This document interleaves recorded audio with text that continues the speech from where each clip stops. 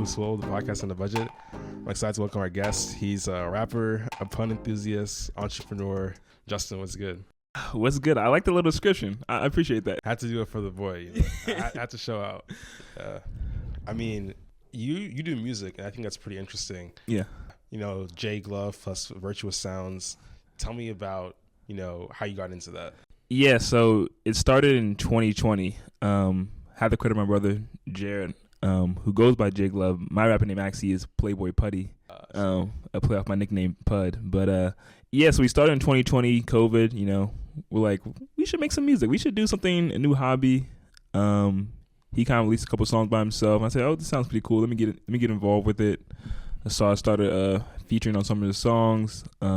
Recently, we had a performance at Penn Park for Spring Fling, which was really fun. Oh, yeah, we performed at Spring Fling. So it's, there's some videos up. You should go check it out. Virtuous Sounds on Instagram. Yeah, so it's been a really cool outlet. And whenever I'm home back in Virginia, I always love to create a couple songs with him. So definitely going to do that post-grad too. Cool. Yeah. Because this whole time when I was going through the Spotify, I thought, because you guys are all J Glove or Yes. Yes. I Yes. thought J Glove was you. Okay, yeah. So, yeah, I have a lot of J's in my family. It's all 4 siblings. So, Justin, me, Jarrett, Jameson, Jeremy, Josh. So, my parents just said, you know, all J's. Are your parents J's too, or just one of them? My dad is Jay. He's also James. So, Okay. it works out like that. Are you going to continue the legacy? Like, if you have kids in the future, would you do that? Nah. love pops, but nah. I don't think so. Or just switch to a new letter like Z or something, or X? That would be interesting. I'll leave that to my wife. We'll have a discussion. But I don't think so, honestly. That's fair. I think that origin story is pretty cool because during the pandemic, I feel like a lot of people were just starting things. Yeah. I really like Benz and Splash Freestyle. Okay. Cool. So, Yeah. Those are very fun songs to make. I remember Ben's particularly when we were making it. We were in the studio. We found the beat on YouTube actually, and we heard it, and we both looked at each other like, "Yeah, this is the one." Yeah, we about to go hard on this, and we did enjoy making that song. Probably one of my favorite songs we have together, honestly. So yeah, definitely enjoy Ben's. Splash is very nice as well. Yeah. Give credit where credit's due. do you have a favorite song that you made independently? So independently, this is funny you asked this. I've been really trying to start making my own music independently outside of my brother. So it's in the works. Playboy Putty, you know, this summer we'll release some songs. But you know, still trying to figure it out. So I think the first song I made with my brother, I'll say I don't only really collab so far, is probably $100 million. It's kind of one of the first songs we made, and it's like just a rap cipher. Like, yeah, that's probably the first song I made. That's cool. Yeah. Speaking of, this is kind of unrelated. Okay. Because you brought up Playboy Putty, like your rap name. Yes. That reminds me of when I got into Penn. So Penn was the last school admission letter that I opened. Yes, and me too. Oh, really? Yeah, I have a funny story about that, but I'll let you go. I'm excited to hear it, but I was just going to say, so when I was like, I wanted to calm my nerves a little bit, so I played this, I listened to Lil Mosey, so I played this unreleased Lil Mosey song called Playboy. Okay. And as I got into Penn, that song was playing. Oh, okay, yeah, it's callback. Okay, that's cool. I only listen to Lil Mosey like that, but you know, that's cool. I like that. I get that a lot. No, it's cool. Everybody has their own taste, so I'm not tripping. Yeah. I'm not tripping. Tell me about your story about like how you got a similar story, something along those lines, right? So Yeah, when I applied for a decision to Penn, and I think you get in like I think first week of April they send the letter, right, or like last week of March. yeah, it's like the last Thursday of March, something like that. Yeah, something in that timeline. Yeah. Kid you not, I didn't open a letter till April, mid-April, late April. Yeah. I didn't know I got into Penn because I was so set. I applied to UVA and I got into UVA. And I was like, okay, I'm going to UVA. My brothers have gone there. You know, I got some scholarship money. I'm going to UVA. Like, it wasn't even like a whatever. I even paid my deposit for the. Oh, for real? Yeah, I was like, I'm going to UVA. Like, it doesn't matter what else is happening. It's cool. And then one day I was like, oh yeah, I did apply to Penn. Let me check if I got in. Probably didn't though. And I checked, and I got in. And I was like, oh, this changes things. And of course, you know, now I decided to go to Penn, but went to visit UVA actually. Got food poisoning there on my visit, and didn't have a great visit. Went to Penn. You know, it was all smiles and rainbows. And the rest is history. So yeah, food poisoning at UVA was a bad omen. Yeah. So here I am now. So, but I'm glad I made the decision. I've enjoyed Penn. What swayed you? What swayed me? I think really the focus on the business education. You know, I really wanted to do business in college. I'm kind of entrepreneur at heart. Even growing up, I was the person always hustling, doing side hustle, doing whatever. You know, but yeah, I think the business education, the focus on that, just connections with Warden, just to be able to meet a lot of different and cool people. I think I knew a lot of people going to UVA. I think I kind of wanted to have a little bit of a fresh start coming in college and meeting a lot of new people. I think I kind of got a variety of perspectives here at Penn. A lot of international students, a lot of students with different ethnicities. So I've enjoyed my time here for sure. Yeah. That's definitely valid. Would it have been, because for me, right, I don't have a strong, it's like I spent half my childhood in two different places. Yeah. I don't have a strong sense of a hometown and stuff. Yeah. If you went to UVA, would that have been too close to home? Because some people say, yo, why go to college? I'm going as far away from home as possible. Yeah, I wasn't on the go as far away as possible, but UVA would have felt very familiar. As I said, two of my siblings went to UVA, actually, and I visited them and like walked on the campus a lot. And, you know, I've been to UVA thousands of times, well, not thousands, but, you know, a couple of times before. Yeah. A lot of my friends from high school going there. So, but it's still like a 2-3 hour drive away from me. So it's not like right next to home, but it would have felt very comfortable and familiar. Just having people already know there, just knowing the campus, kind of knowing what to expect. I knew like some professors too, because like my brother introduced me to some professors and like departments of deans, whatever. So I knew a lot of people there. Like, it made sense logically, but yeah, ultimately decided against it. Yeah. So now, moving to the present day, you're a senior at Penn. Yep. This is May 9th, right? So you're basically graduating in about a week, right? So yep, graduating on Sunday. Walking off stage. Yeah, I'm excited. Should be fun. Yeah, for sure. Yeah. What are your takeaways from your time at Penn? Big takeaways, academically, socially. What's the topic? You can take it however you want. Big takeaways at Penn.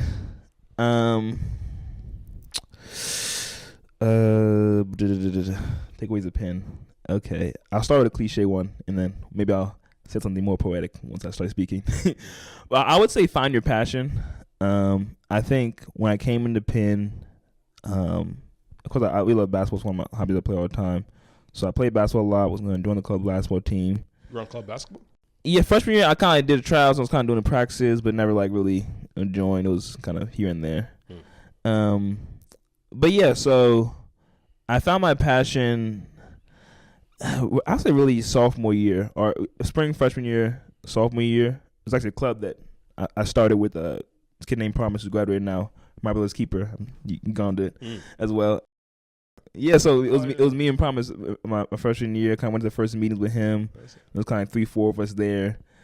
And then, you know, COVID hit, so I did Zoom all sophomore year. Yeah. And then when I came back in person, I tried to lead it on, keep it going. And, you know, I really enjoy those times, just speaking about it.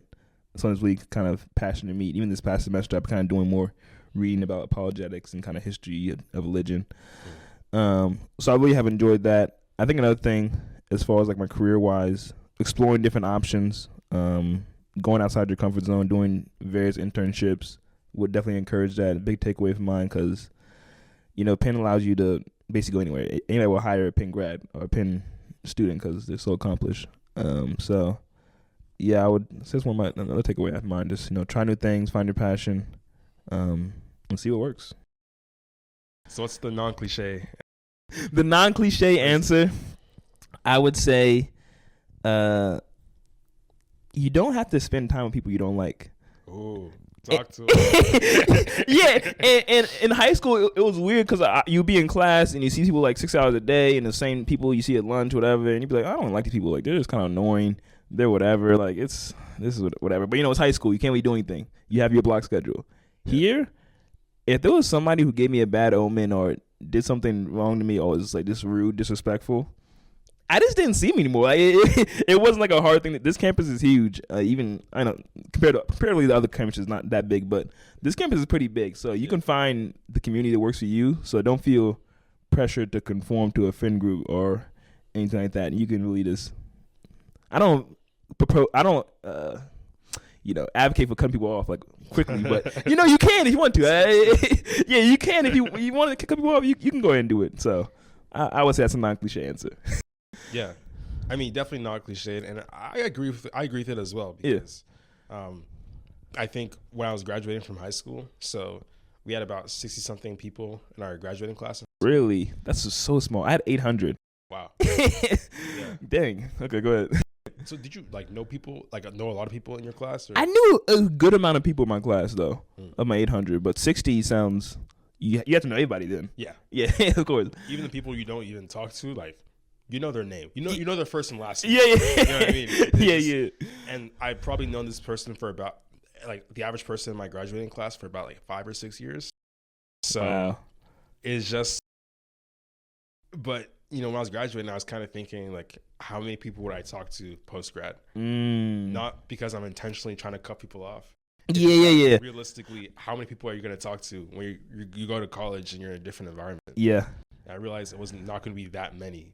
So coming here, I kind of realized that, okay, I can basically pick and choose who I want to talk to, who I want to be around, without being toxic or. Yeah. No, I definitely had that realization in high school, and I mean, even having right now in college is kind of go away. Who am I really gonna be talking to consistently post college? I'm not going to traditional New York, or San Francisco or whatever, or DC even. Where will you be again? I'll be in New Jersey, okay, Princeton area. So don't know a lot of people going to Princeton, honestly. So it'll be interesting to see who I keep in touch with. Yeah. Stay tuned. Yeah. Excited to know. Yeah, for sure. But you're still kind of in the area though. Yeah. I'm still an hour south Philadelphia, hour north of New York, so I can take a train or drive and be close. But yeah, we'll see. We'll see. Yeah, the Penn to New York pipeline is definitely strong. Yeah, it is. I love New York. I think it's a great city, but I don't like how it's seen as the place people have to be at, I think it comes from just the amount of companies and jobs and finance and the industries there. Yeah. And it is New York. It's glitz and glamour. I was in New York last summer, and I started off hating it, and then I grew to love it a little bit. So I don't know. I don't speak too badly about New York, so I enjoyed it. So I don't blame anybody else for going or wanting to go there. I think it's cool. Yeah. I think it's a great place to be, especially if you're going into finance. Obviously, Wall Street companies are there. They're in other places, but they're really concentrated in New York. They take over the scene there. But I don't like anything that's overhyped. Maybe I'm just a hater, but I don't like overhyped things. So. No. I remember my time in New York. I have a Twitter, by the way, and I loved tweeting my random thoughts. And I remember that in New York just gave me inspiration to tweet some amazing things. Since you call me a pun enthusiast, I think I remember one of my tweets. I'll say it. Yeah. So, over the summer, I tweeted because I work on Wall Street. I worked at Morgan Stanley, and I worked on Wall Street down in the southern part of Manhattan. And I tweeted, "On Wall Street working, but I'm trying to invest in your heart to break down the walls between us in these streets." And I thought it was hard. I thought I was like, "Yo, I'm a rapper. I really got it like that." But I got a couple of likes and retweets, so I was happy with it. But so yeah, New York just has that certain type of flair and sparkle to it, so I appreciate that. Talk to him, man. So yeah, no, that's good. I appreciate. I'm sure people probably I'm sure your friends probably say "Oh, that's corny" and stuff. Yeah, they definitely do. They definitely do. Yeah, I appreciate stuff like that. Okay. Maybe I'm just corny too. Okay, that's good. We can be corny together. I appreciate that.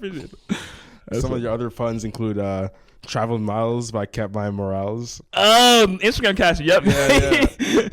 Or "Fall in love with moments, leave." Let me not mess it up. "Fall in love with moments, leave the past behind." It's yep. a fall photo. Yeah, fall photo shoot. Yep. There you go. Yeah, there you go. Yes. Indeed. Look out for a new Instagram caption for graduation. I won't spoil it here, but follow me on IG and you'll see it. I got it coming up. You gotta tap in with the boy. Yeah. Exactly. Where did this flair for wordplay and puns come from? Or where did it stem from? Where did it stem from? I don't know. I really don't know. I would say music, but it was long before 2020. I was doing wordplay. I would say maybe my sister. She's a writer. She does different things. I don't know. I just really thought that genre of humor was just hilarious to me, and I wanted to just improve on it. So I've been doing it ever since. Yeah. So that's where I say it came from. So this is my natural inclination to it. That's it. Yeah. Yeah. I feel like it's something some people just naturally have a knack for seeing those relationships between words and themes. So it's kind of cool when I see people capitalize on that and try to make it into a hobby. Like, I think it's a really dope thing. Like people like Logic who are just so good at doing that, you know?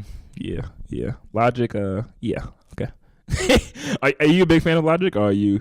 No, I don't listen to a lot of his songs. I know like 1-800. Yeah. I think on his last album he had a song called Celebration. I'm not too tapped in, to be honest. I'm not a big listener to Logic. Yeah, same. Yeah, but I think he can freestyle really well though. Like yeah. Talented. Yeah, he be making sense. He doing his thing. Racial Logic. Let's not get canceled. No. I mean, in the sense that he always mentions the fact that he's yeah.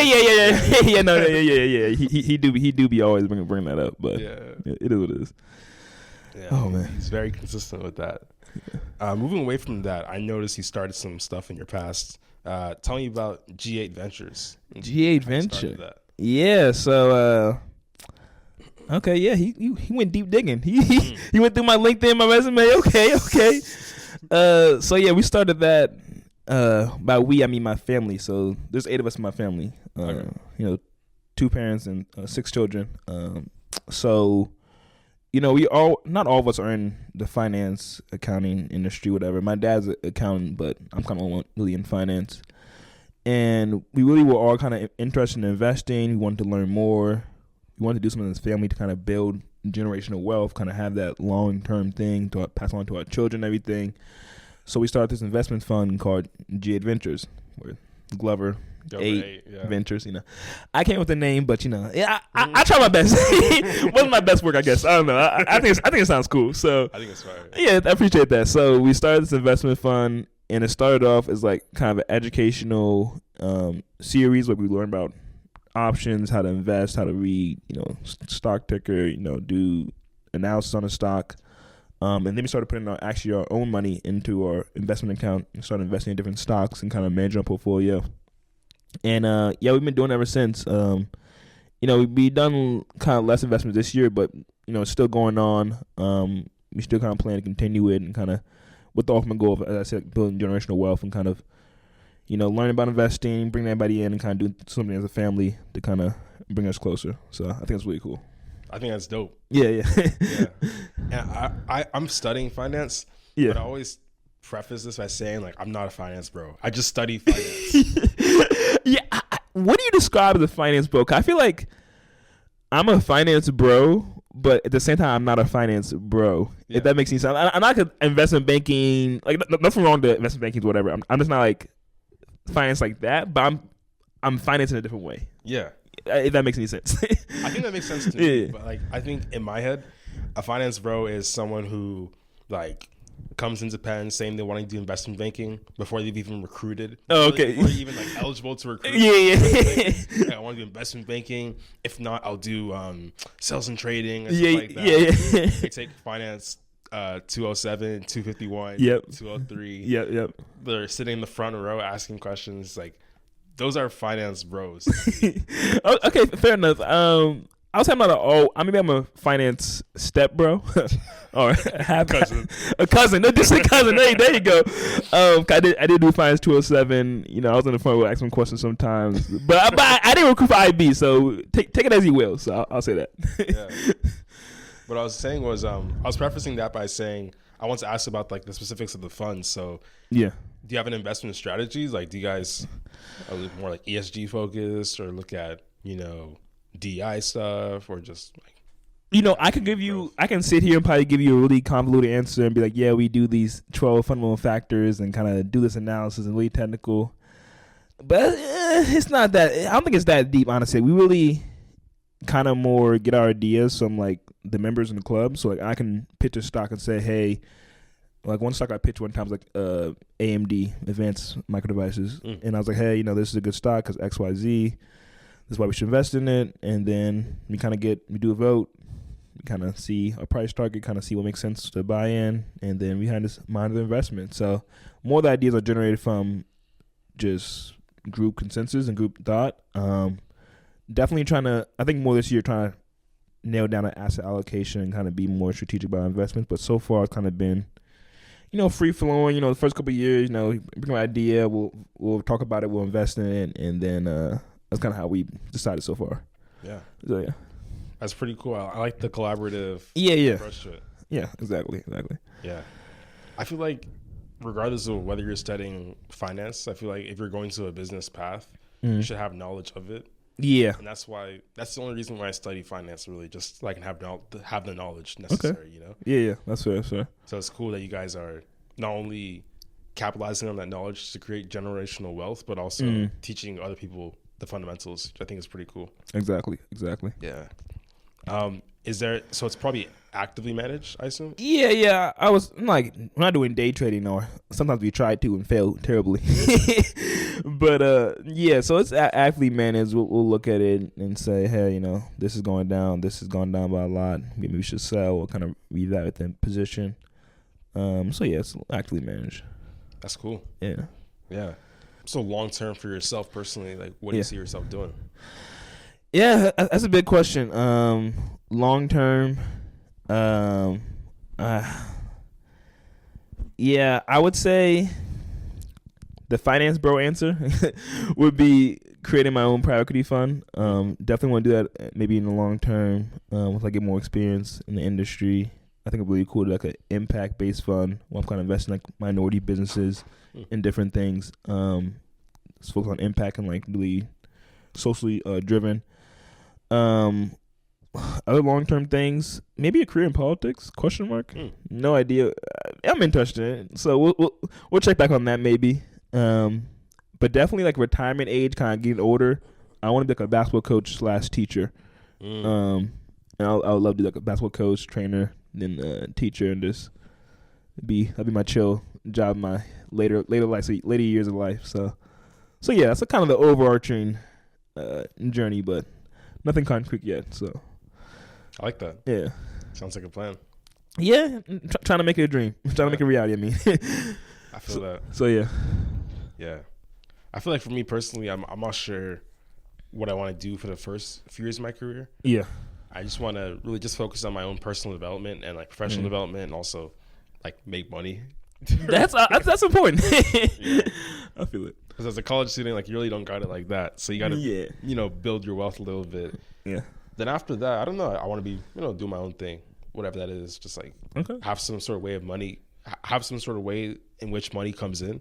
Okay. And I'm one of the people calling the shots. And towards the end of my career or retirement age, I want to have something passive that just passively gives me income. Oh, okay. That I own. Maybe it's a business and someone else runs it, and I'm just a shareholder or something like that. I don't know. You know what I would suggest? Maybe starting a podcast. Wait, like this? That was a bad joke. No. We can cut that out, Nettie. but yeah, no, that's cool though. I like that, the passive income. But no, yeah, that's good. This was always a passion project, but I always said if this could make me money one day, cool. That would be great. The only thing is, if this is going to make you money, you have to be consistently putting out content. Yeah. And for the first 20 or so episodes, I was very consistent. Yeah. But then I started having school in person, sophomore year. Yeah. And I just changed everything. Yeah. So it's just, my free time is more limited now because once you deduct schoolwork, work or jobs, studying, social events, things like that, or just sleeping. There's just not much time left to do a podcast and edit and stuff. So it's been hard. No, yeah, that's fair. That's fair. Yeah. How do you find a way to maintain and keep on top of your own interests outside of school, when you're busy and stuff? I think for me, it's not much so kind of maintaining. It's more so kind of need to. I think I excel better in school when I'm playing basketball, working out, staying healthy, when I'm, reading, or when I'm playing video games or kind of hanging out with friends. I kind of need that balance in order to kind of do my best in the classroom, kind of do best at schoolwork. So I make it a priority in my day, in my calendar. I kind of book out time to do whatever event, whatever thing is going on, and I always make a conscious effort to really make that a priority and do it, because without it, it's just the monotony of school can really get to you and studying. So I think I need to break it up with my other hobbies and passions, and I really made a priority to do so. Yeah. I respect that. Yeah. What was I gonna say? I was about to say something that I forgot. No, it's all good. Happens to the best of us. Yeah, but that's pretty cool, and I think it's pretty important to have that balance. So we have this part of the podcast that we call the Oluswole Bowl, and we ask you some off the cuff questions. Okay, I'm ready. Let's get ready to rumble. All right. So the first question is, what's your go-to guilty pleasure song?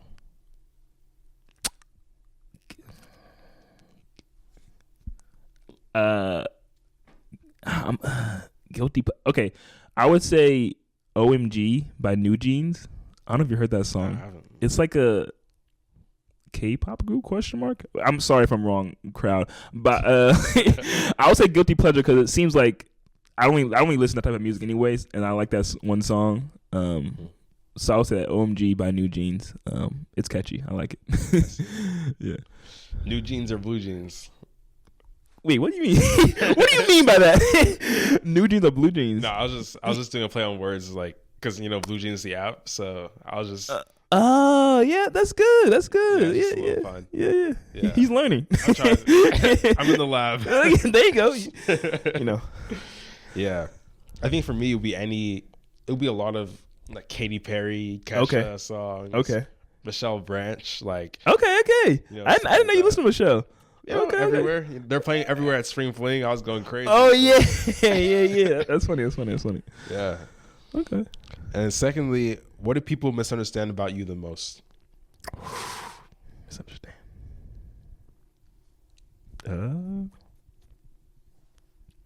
Misunderstand about me. I'm sorry, it's not really off the cuff. I'm not really doing the speed round of answering the questions. Cool. Misunderstand about me. I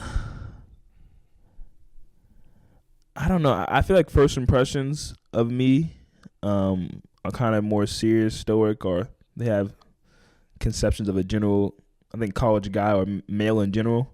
I think it's just like generally, on this campus, people love to say men are trash. I'm sure you heard it.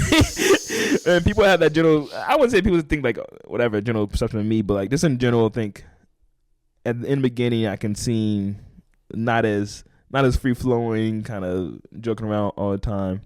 So that may be a misconception they have of me. Yeah. So yeah. Interesting. Yeah. Mine is actually pretty similar. Okay. Yeah. Okay. Because I feel like when people meet me at first, they're just like, it's this cookie cutter dude. Yeah. You know what I mean? Like he doesn't mean anything. He's what you say? He like doesn't do anything. Like he's just exactly. Yeah. And I feel like people have told me this, like, I thought you were like this. I didn't know you were like this. And I was like, I am like this. No, yeah, I think it works out fine. 'Cause I think, as I said earlier, if they talk to me a couple more times more, you'll get to know me pretty quickly. So it blows over. It blows over. So it's fine. For you, is it just that your personality would show more around people you're more comfortable with, or how's that? I think it's more so. It's just like people just can't read me. I would say like I'll still do like my puns and jokes, and they don't know if I'm like joking or if I actually think it's funny or like if that's just me. They're just like this is an odd character. I don't know if he's just a nice guy or if he's just doing some act. I don't know. But I think once they kind of hang on me a couple more times, I just said like they get to know me. Like okay, no, he's cool. He's funny. Some of them say, but I would say not funny, but to be determined. But yeah, that's what I would say over time. I try to act myself in all situations. I think I grow more confidence over college, kind of be more myself around new people. Yeah. So that's cool. And last but not least, what's the worst hairstyle you've had? Ooh, but buzz cut has to be buzz cut. I think. Really? Like buzz cut, and I had waves at one point in high school, but it wasn't even that. It was like a buzz cut. There's a picture out there on the internet that should not be shared. Don't look it up. I do not look good in Look it. it up. Go look it up. I do not look good in it. Is rough. But also it was because like I was just a pudgy kid back then, so that wasn't helping either. So yeah. Was your parent cutting you, or were you going to a barbershop, or was this when you were like little and stuff, or what? I was going to a barbershop. Wait. I made my dad cut my hair. My dad cut my hair for a period, and I was going to barbershop for a period. I don't remember, but yeah, I guess the cut wasn't bad myself. It just didn't fit my head shape at the time, which was just odd. So I would say that. Yeah. No, I rocked the buzz for a while because my dad cut me from like when I was a little kid. So yeah. I think early middle school. Yeah. And I think when I entered school, like preschool. Yeah. I used to have a fro before that, but I think they just started cutting it because like a kid doesn't really maintain their hair. You know what I mean? Like, exactly. Just get it rough and stuff. So they started cutting it, and I thought it was an okay cut. Like it was the cut itself was fine. No, yeah. Like, it's just, I think it's fine, and maybe one day I'll return to it. I just think for me, it just wasn't the most flattering cut. Yeah. That's fair. I'm trying to get waves. I think senior spring. Okay, come out waving, drippy in the graduation photos. Okay, I like that. Waves on slim. Yeah. Okay. I think I might cut it in late December, like right before winter break. Okay, and just brushing it. Just brushing. Okay. Over winter break, and then come back spinning, or maybe like doggy paddling, something like that. Little puddles. Yeah. Okay. I like that. Yeah. and then be full on swimming at the end. Okay, I like that. Yeah. When you're getting waves, do you brush first, then put the pomade in, like, or how does it go? I'm not a S tier level waiver. I'm not tsunami category 5, but I would say I didn't use pomade a lot unless like I was going out. We went like for it to be hold. Mm-hmm. I would mostly kind of use oil or the kind of the wash and go style. While we brush my do rag on and brush in the shower, whatever, and then put my do rag on, and then it'll be fine.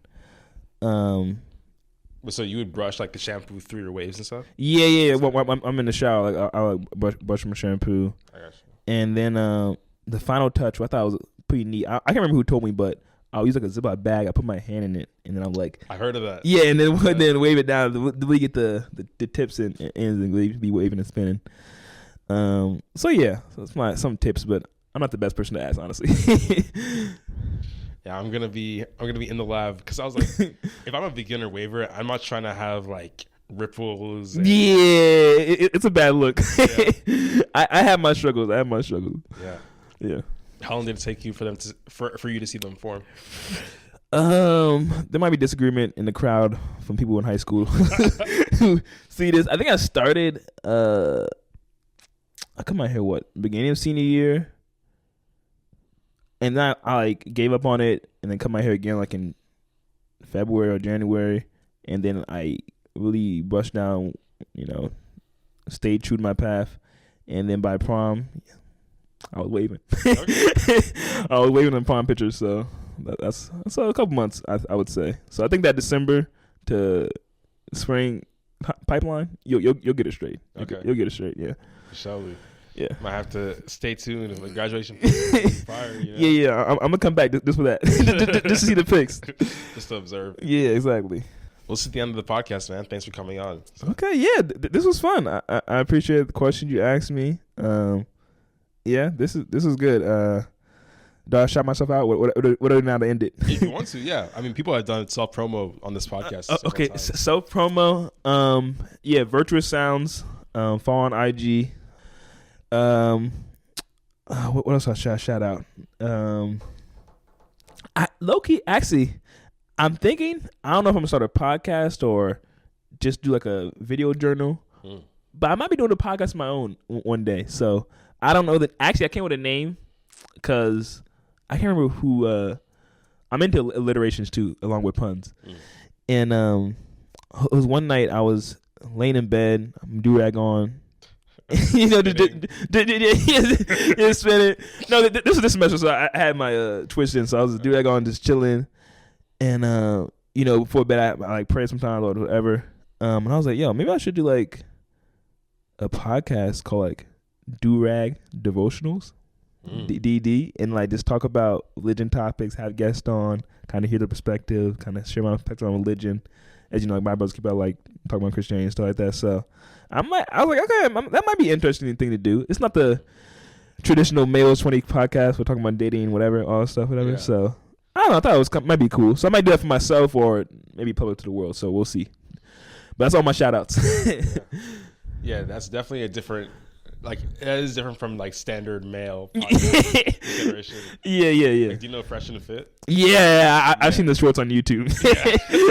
Very different laid from like stuff like that. Exactly, for sure. But that's cool though. Yeah. I'll put the links to everything in the description. What is it? We're on TikTok. No, we're on Spotify, YouTube, Apple Podcasts. We're on TikTok. So how can I lose if I already chose? Okay.